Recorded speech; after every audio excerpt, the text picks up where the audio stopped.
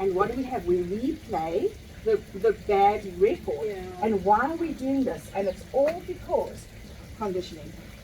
This is the root Of the problem. of the problem. This is the root. We spend time focusing here. I can't diet. I want to diet. I can't diet. I want to set my new goals in the beginning of January. I'm going to the gym. New Year's resolutions, they out of the window by 1st of February.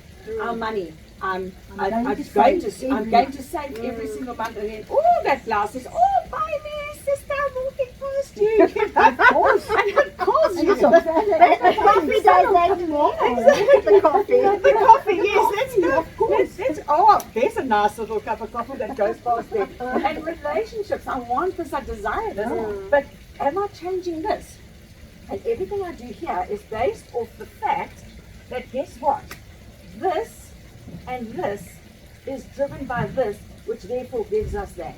Okay? So we need to actually go to the root. And they always say if the tree is bad, the plant is bad, whatever it is, we can do anything we want on the top of the flower, but unless we address what's happening at the root, the root cause of this, we need to go and have a look at. And where does this come from? This is where we get things like our self-esteem. Comes from here. Okay? Why? Because what did your parents say to you? What did people say to you? This is where we get our self-worth. Okay? This is where we get our self-image. So Michelle, is that the conditioning, is that what previously happened in your life? Things that Yeah, that's what I was going to ask And you. formed you. What formed you? what formed you. What and has then- caused the and that is your self-image? reaction. That's where your thoughts then come and then it Exactly. And it triggers reacts all the in way your up. behavior the whole way So up. interesting. So this is your self-esteem, your self-worth, your self-image, also your self-awareness. So all of this, and that's what I'm going to ask you, which you said now, is where does this conditioning come from? It comes from your school, it comes from your parents, it comes from your friends, it comes from everything that's influenced your decision making.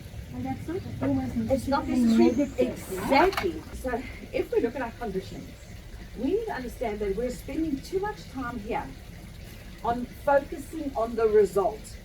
And we're wondering why we're in this perpetual cycle of it works for a while and then it doesn't. It works for a while and then it doesn't.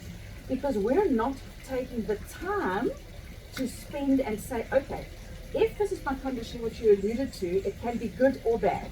Okay, so if we're doing something right, we still need to reflect through the process and say, okay, finally continue doing that.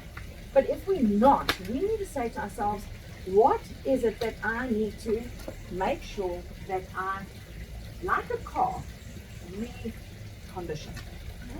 What stories do I need to retell myself?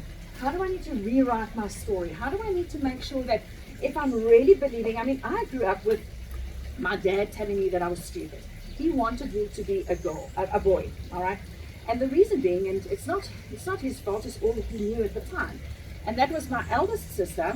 She died at 6 months old, and I was born in 1964. So in those days, they didn't understand asthma and babies and all those kind of things. So she died at 6 months old. Then, literally 18 months later, there I was, and he said to my mum, if that's a girl, I don't want it. So he projected his negativity over myself and my mom's womb, saying he doesn't want it. So I came out, and when he saw it was a girl, the rejection was already there. Yeah. And there was a detachment.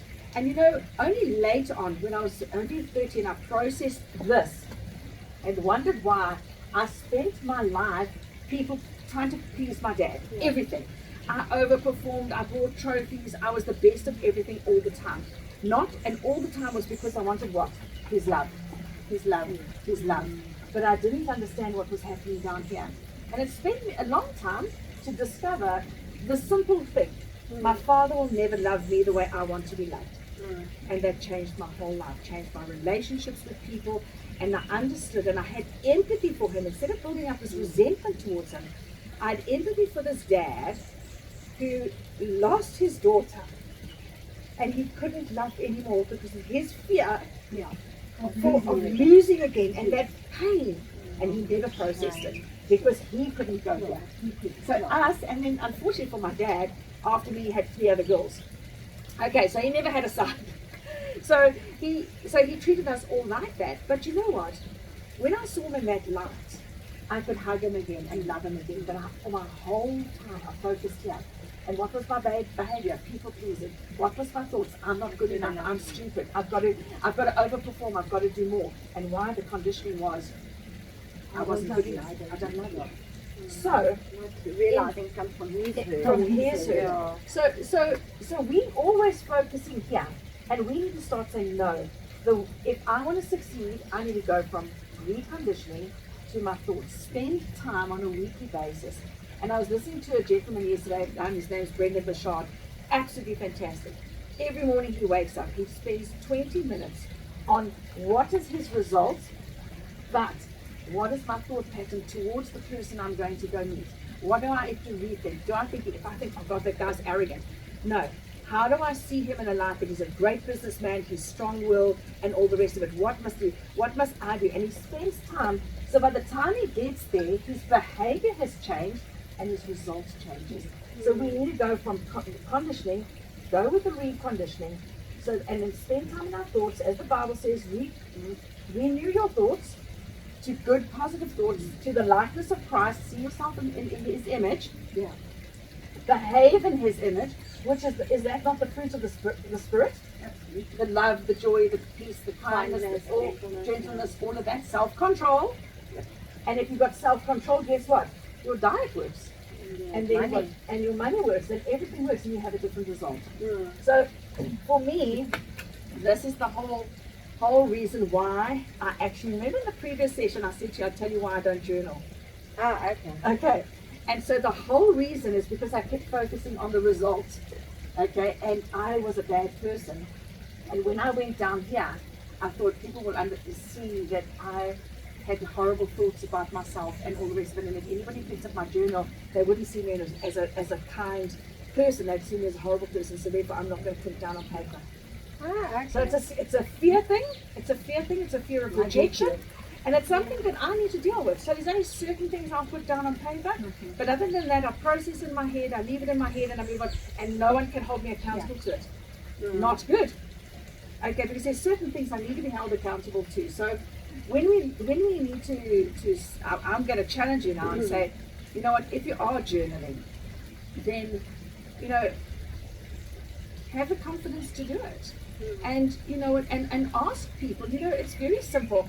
If I want a different result up here and I don't want anybody to read my journal, all I have to do is have a different behavior. And I need to think out what is the different behavior. And I need to tap into the people around me. So my husband's a man of integrity. It's one of his core goals. So if I sat with him and I said to him, sweetie, I'm going to start journaling, but I'm going to ask you nicely, please never to read my journal. You know what? He would never read my journal. Why? Because I approached him and I explained this to him. So then, of course, the processing is going to become easier for me. Because why? I need to recondition here and work up and think about what I've got to do and think about where I'm going to go and those kind of things. So I'm going to ask you to consider journaling. So there we go. I hope you learned something today. And I hope you enjoy and understand. I'll put this below. But, you know, don't be scared. All of us have to process. All of us have to process and see why we don't do this. And that's how you're going to detox the toxins of the negative voice and combat it. If you know where it's coming from, you can tell it to shut up. Ladies, thank you so much. We've had an amazing session on the detox. So it's all about detoxing yourself, detoxing your wardrobe, detoxing your body and your mind, and body, soul, and spirit. So please share this with your family and friends. This is on our YouTube channel. Please subscribe so you can get some really more input from us.